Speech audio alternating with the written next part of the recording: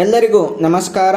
ನಾನು ಗಣೇಶ್ ಪಾಟೀಲ್. ಸ್ನೇಹಿತರೆ, ಈ ವಿಡಿಯೋದಲ್ಲಿ ನಾವು the drugs and cosmetics act 1940 ಈ ಕಾಯ್ದೆಯಲ್ಲಿ ಬರುವಂತಹ ಅಥಾರಿಟೀಸ್ಗಳು ಅಥವಾ ಏಜೆನ್ಸಿಗಳು ಯಾವುವು ಮತ್ತು ಅವುಗಳ ಕೆಲಸಗಳು ಏನು, ರೋಲ್ಸ್ ಏನು ಅನ್ನೋದನ್ನ ಇಲ್ಲಿ ಡಿಸ್ಕಸ್ ಮಾಡೋಣ. ಮೊದಲನೇದಾಗಿ, ಭಾರತದಲ್ಲಿ ಡ್ರಗ್ಸ್ ಮತ್ತು ಕಾಸ್ಮೆಟಿಕ್ಸ್ ಪದಾರ್ಥಗಳ ಮ್ಯಾನುಫ್ಯಾಕ್ಚರಿಂಗ್ ಮಾಡುವುದು, ಡಿಸ್ಟ್ರಿಬ್ಯೂಷನ್ ಮಾಡುವುದು, ಸೇಲ್ ಮಾಡುವುದು, ಇವುಗಳ ಒಂದು ರೆಗ್ಯುಲೇಷನ್ ಮಾಡುವ ಸಲುವಾಗಿ, ಇವುಗಳಿಗಾಗಿ ಒಂದು ರೆಗ್ಯುಲೇಟರಿ ಫ್ರೇಮ್ವರ್ಕ್ ಮಾಡುವ ಸಲುವಾಗಿ ಈ the drugs and cosmetics act 1940 ಈ ಒಂದು ಕಾಯ್ದೆಯನ್ನ ಜಾರಿಗೆ ತರಲಾಯಿತು.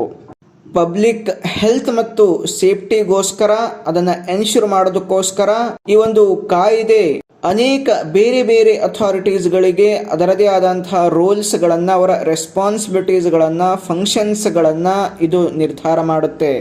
ಈ ಕಾಯ್ದೆಯಲ್ಲಿ ಬರುವಂತಹ ಎಲ್ಲ ಅಥಾರಿಟೀಸ್ಗಳು ಈ ಕಾಯ್ದೆಯಲ್ಲಿ ಬರುವಂತಹ ರೆಗ್ಯುಲೇಷನ್ಸ್ಗಳನ್ನ ಎನ್ಫೋರ್ಸ್ ಮಾಡುವಂತಹ ಮತ್ತು ಈ ಕಾಯ್ದೆಯಲ್ಲಿ ಬರುವಂತಹ ರೆಗ್ಯುಲೇಷನ್ಸ್ಗಳನ್ನ ಕಂಪ್ಲಿಯನ್ಸ್ ಮಾಡ್ತಾ ಇದ್ದಾರಲ್ಲ ಅಂತೇಳಿ ಮಾನಿಟರ್ ಮಾಡೋದಕ್ಕೋಸ್ಕರ ಮತ್ತು ಕನ್ಸ್ಯೂಮರ್ಸ್ಗಳ ಇಂಟ್ರೆಸ್ಟ್ ಸೇಫ್ ಗಾರ್ಡ್ ಆಗ್ತಾ ಇದೆಯಲ್ಲ ಅಂತೇಳಿ ನೋಡೋದಕ್ಕೋಸ್ಕರ ಈ ಎಲ್ಲ ಅಥಾರಿಟೀಸ್ಗಳು ಮುಖ್ಯವಾದಂತಹ ಪಾತ್ರಗಳನ್ನ ವಹಿಸ್ತವೆ. ಸೊ ಸ್ನೇಹಿತರೆ, ನಾವು ಈಗ ನೆಕ್ಸ್ಟ್ ಒಂದೊಂದು ಅಥಾರಿಟೀಸ್ಗಳು ಯಾವ ರೋಲ್ಸ್ ಗಳನ್ನ ಮಾಡ್ತವೆ ಅನ್ನೋದನ್ನ ನೋಡೋಣ.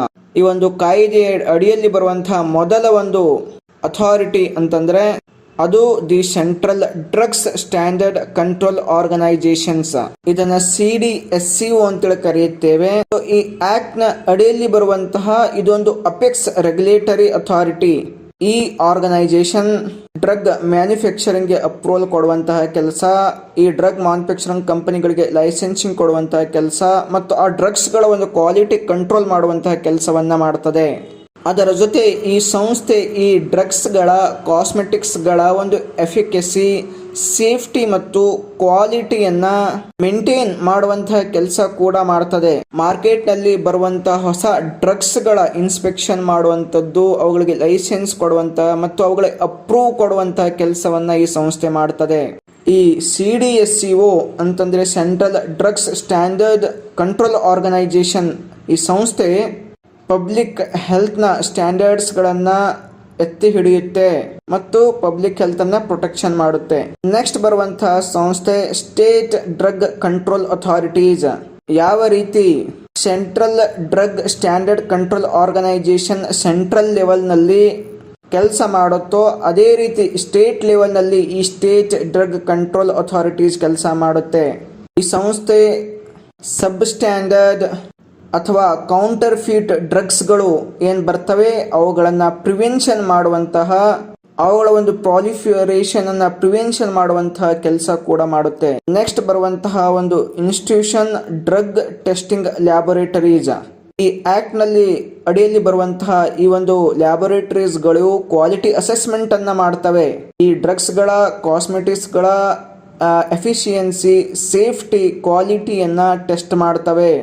ಈ ಡ್ರಗ್ಸ್ ಗಳ ಸ್ಯಾಂಪಲ್ಸ್ ಗಳನ್ನ ಅನಲೈಸಿಂಗ್ ಮಾಡೋದು, ಅವುಗಳ ಸ್ಟ್ಯಾಂಡರ್ಡಿಟಿಯನ್ನ ಡಿಟೆಕ್ಟ್ ಮಾಡೋದು, ಈ ರೀತಿ ಒಂದು ಕೆಲಸಗಳನ್ನ ಈ ಡ್ರಗ್ ಟೆಸ್ಟಿಂಗ್ ಲ್ಯಾಬೊರೇಟರೀಸ್ ಗಳು ಮಾಡ್ತವೆ. ನೆಕ್ಸ್ಟ್ ಬರುವಂತಹ ಒಂದು ಸಂಸ್ಥೆ drugs consultative committee. Drug regulation ಮಾಡುವ ಸಲುವಾಗಿ, ಡ್ರಗ್ ರೆಗ್ಯುಲೇಷನ್ಗೆ ಸಂಬಂಧಪಟ್ಟಂತೆ ಪಾಲಿಸಿಗಳನ್ನು ಫ್ರೇಮ್ ಮಾಡುವ ಸಲುವಾಗಿ ಸೆಂಟ್ರಲ್ ಮತ್ತು ಸ್ಟೇಟ್ ಲೆವೆಲ್ಗಳಲ್ಲಿ ಈ ಡ್ರಗ್ ಕನ್ಸಲ್ಟೇಟಿವ್ ಕಮಿಟೀಸ್ಗಳನ್ನು ಎಸ್ಟಾಬ್ಲಿಷ್ ಮಾಡಲಾಗ್ತದೆ. ಈ ಒಂದು ಕಮಿಟೀಸ್ಗಳು ಈ ಆಕ್ಟ್ ನಡಿಯಲ್ಲಿ ಬೇರೆ ಬೇರೆ ಅಥಾರಿಟೀಸ್ಗಳಿಗೆ ರೆಕಮೆಂಡೇಶನ್ಗಳನ್ನು ಮಾಡ್ತಾ ಇರ್ತಾರೆ. ನೆಕ್ಸ್ಟ್ ಬರುವಂತಹ authority drugs technical advisory board ಅಂತ ಹೇಳಿ, ಇದನ್ನ DTEB ಅಂತೇಳಿ ಕರೆಯುತ್ತೇವೆ. ಈ ಒಂದು ಅಥಾರಿಟಿ ಸೆಂಟ್ರಲ್ ಗವರ್ನಮೆಂಟ್ಗೆ ಈ ಆಕ್ಟ್ ನಡಿಯಲ್ಲಿ ರೂಲ್ಸ್ ಮತ್ತು ರೆಗ್ಯುಲೇಷನ್ಸ್ ಗಳನ್ನ ಫ್ರೇಮ್ ಮಾಡೋದಕ್ಕೆ ಹೆಲ್ಪ್ ಮಾಡುತ್ತೆ. ಈ ಒಂದು ಡ್ರಗ್ ಟೆಕ್ನಾಲಜಿ ಅಡ್ವೈಸರಿ ಬೋರ್ಡ್ ನಲ್ಲಿ ಟೆಕ್ನಿಕಲ್ ಎಕ್ಸ್ಪರ್ಟ್ಸ್ ಗಳಿರ್ತಾರೆ, ಸ್ಟೇಕ್ ಹೋಲ್ಡರ್ಸ್ ಗಳಿರ್ತಾರೆ. ಇವರೆಲ್ಲರೂ ಒಂದು ರೆಗ್ಯುಲೇಟರಿ ಪ್ರಪೋಸಲ್ಸ್ ಗಳನ್ನ ಅಸೆಸ್ ಮಾಡ್ತಾರೆ ಮತ್ತು ತಮ್ಮ ಒಪಿನಿಯನ್ಸ್ ಗಳನ್ನ ಸರ್ಕಾರದ ಮುಂದಿಡ್ತಾರೆ. ಈ ಕಾಯ್ದೆ ಅಡಿಯಲ್ಲಿ ಬರುವಂತಹ ನೆಕ್ಸ್ಟ್ ವ್ಯಕ್ತಿ ಇಂಪಾರ್ಟೆಂಟ್ ಪರ್ಸನ್ ಯಾರು ಅಂತಂದ್ರೆ drug controller general of the India, DCGI ಅಂತೇಳಿ ಕರೆಯುತ್ತೇವೆ. ಈ ವ್ಯಕ್ತಿ CDSCOನ ಒಂದು ಹೆಡ್ ಆಗಿರ್ತಾರೆ. ಇವರು ಡ್ರಗ್ ಮ್ಯಾನುಫ್ಯಾಕ್ಚರಿಂಗ್ ಡಿಸ್ಟ್ರಿಬ್ಯೂಷನ್ ಕಂಪನಿಗಳಿಗೆ ಲೈಸೆನ್ಸ್ಗಳನ್ನು ಕೊಡುವಂತಹ ಕೆಲಸ ಮತ್ತು ಅವುಗಳ ಕ್ಲಿನಿಕಲ್ ಟ್ರಯಲ್ಸ್ಗಳನ್ನು ರೆಗ್ಯುಲೇಟ್ ಮಾಡುವಂತಹ ಕೆಲಸ, CDSCO ಸಂಸ್ಥೆ ಮಾಡುವಂತಹ ಎಲ್ಲ ಕೆಲಸಗಳನ್ನು ಇವರು ರೆಗ್ಯುಲೇಷನ್ ಮಾನಿಟರಿಂಗ್ ಮಾಡ್ತಾ ಇರ್ತಾರೆ. ನೆಕ್ಸ್ಟ್ ಬರುವಂತಹ ಅಥಾರಿಟಿ ಪರ್ಸನ್ಸ್ಗಳು ಡ್ರಗ್ ಇನ್ಸ್ಪೆಕ್ಟರ್ಸ್. ಈ ಡ್ರಗ್ ಇನ್ಸ್ಪೆಕ್ಟರ್ಗಳ ಕೆಲಸ ಏನು ಅಂತಂದ್ರೆ ಈ ಡ್ರಗ್ಸ್ ಮತ್ತು ಕಾಸ್ಮೆಟಿಕ್ಸ್ ಗಳ ಸ್ಯಾಂಪಲ್ಸ್ ಗಳನ್ನ ಕಲೆಕ್ಟ್ ಮಾಡೋದು, ಇನ್ಸ್ಪೆಕ್ಷನ್ ಮಾಡೋದು ಮತ್ತು ಈ ಕಾಯ್ದೆ ಅಡಿಯಲ್ಲಿ ಇರುವಂತಹ ರೆಗ್ಯುಲೇಟರಿ ರಿಕ್ವೈರ್ಮೆಂಟ್ಸ್ ಗಳ ಒಂದು ಕಂಪ್ಲಿಯನ್ಸ್ ಮಾಡ್ತಾ ಇದಾವಲ್ಲ ಅಂತೇಳಿ ಎನ್ಶೋರ್ ಮಾಡೋದು. ನೆಕ್ಸ್ಟ್ ಬರುವಂತಹ ಅಥಾರಿಟಿ ಅಡ್ವೈಸರಿ ಕಮಿಟೀಸ್.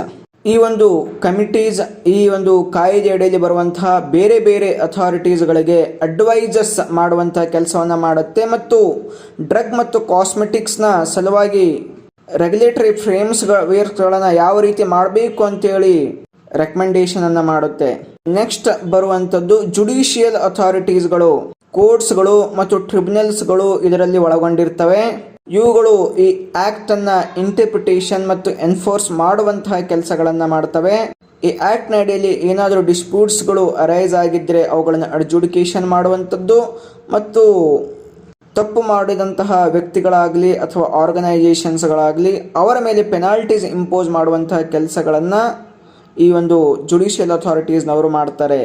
ಸೊ ಈ ಕಾಯ್ದೆ ಅಡಿಯಲ್ಲಿ ಇಷ್ಟೊಂದು ಸಂಸ್ಥೆಗಳು ಬರ್ತವೆ. ಇವುಗಳೆಲ್ಲವೂ ಕೂಡ ಡ್ರಗ್ಸ್ ಮತ್ತು ಕಾಸ್ಮೆಟಿಕ್ಸ್ಗಳ ಒಂದು ಸ್ಟ್ಯಾಂಡರ್ಡಿಟಿಯನ್ನ ಮತ್ತು ಪಬ್ಲಿಕ್ ಹೆಲ್ತ್ ಅನ್ನ ಪ್ರೊಟೆಕ್ಷನ್ ಮಾಡುವಂತಹ ಕೆಲಸವನ್ನ ಮಾಡ್ತಾ ಇದ್ದಾರೆ.